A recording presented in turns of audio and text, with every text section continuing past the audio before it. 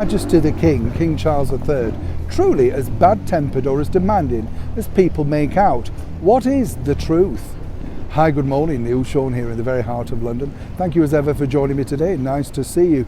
I don't know about you, but I love that sort of image and the video of our brand new King, King Charles III, when he was signing a book alongside Camilla.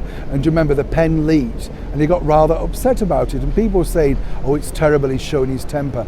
I don't know about you, but I'd be furious too. There he is in this pristine white shirt, and the pen that really shouldn't be leaking, particularly for him. And this is not just a one-time occurrence either. He naturally got annoyed. As I said before, I love the way that Camilla, our Queen Consort, just deftly swept in, as all women do, and basically said, you've put the wrong date on. You'd just had the final nail in the coffin. I thought that was brilliant, in fact. But now people are basically saying, you know, of course, His Majesty, King Charles, as temperamental as we didn't know, or is he worse than that? Well, it's now got really interesting because there's two ex-royal butlers, and they both give their versions of exactly how demanding or not demanding, of course, the king may be.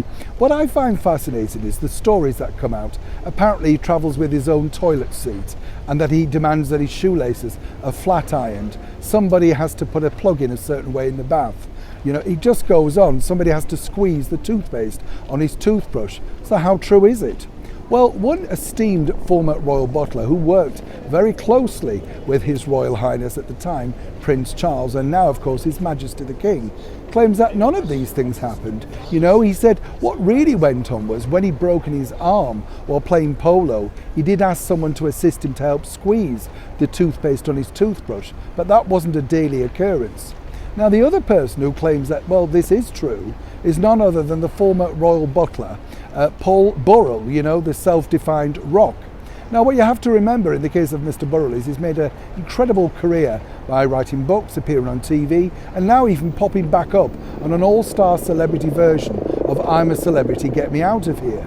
You get the picture. So if you decide which version you want to believe, I would suggest that it's the former royal butler who says none of these things actually happen.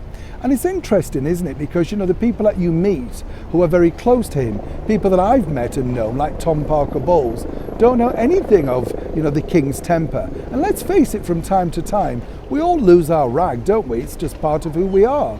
But I think to sort of put these stories out there, claiming that he's very difficult, demanding, and expects his newspaper to be ironed every day, it kind of adds to the myth. But clearly, it's so untrue. It's a shame, though, that these people who have worked so closely with, of course, royalty should give them some respect, the respect that they deserve, simply because without that connection, many wouldn't have a career. Do you agree? To know your thoughts in the comments below as ever.